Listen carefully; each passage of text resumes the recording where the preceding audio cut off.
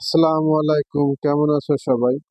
আজ সকালে ঘুম থেকে উঠে একটু ছাদের উপর যাই, যে দেখি মরিচ গাছ লাগিয়েছিলাম। প্রচুর পরিমাণে মরিচ ধরছে, সাদা মরিচ। এটা হলো কালো মরিচ, দেখেন এত পরিমাণে ধরছে।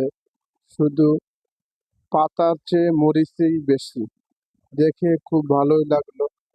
আম গাছ, আগের বছর 8-10টা আম ধরছিল, এবারও এই যে ফুল এসেছে আমের মুকুল, ইনশাআল্লাহ আম ধরবে।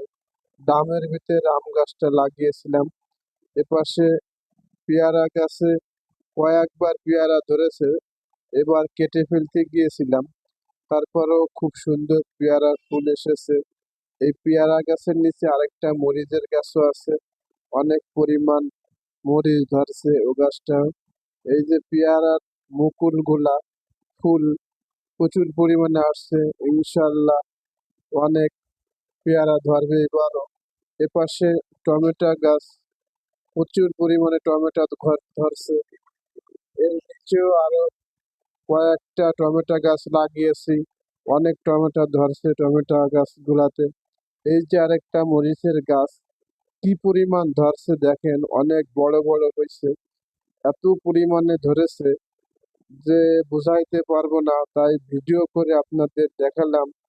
এই যে টমেটো, আরেকটা গাছ পেকে গেছে টমেটো, অনেকগুলা টমেটো ধরছে এই গাছটাতে।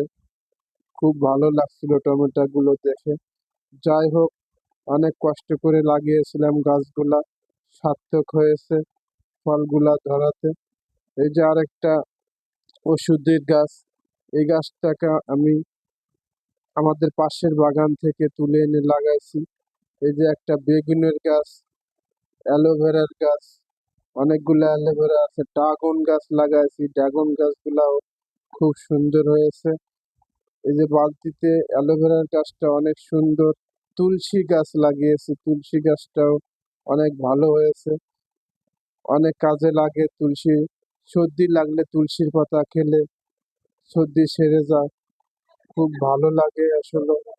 এই যে আরেকটা গাছ, গাছ অন্য পাশে আমার মা লাগিয়েছে লাইয়ের গাছ, প্রচুর পরিমাণে ফুল এসেছিল, কিন্তু ইঁদুরে কেটে দেয় শুধু এই গাছগুলা, এই কারণে হচ্ছে না। এই যে অনেক বড় হয়েছে।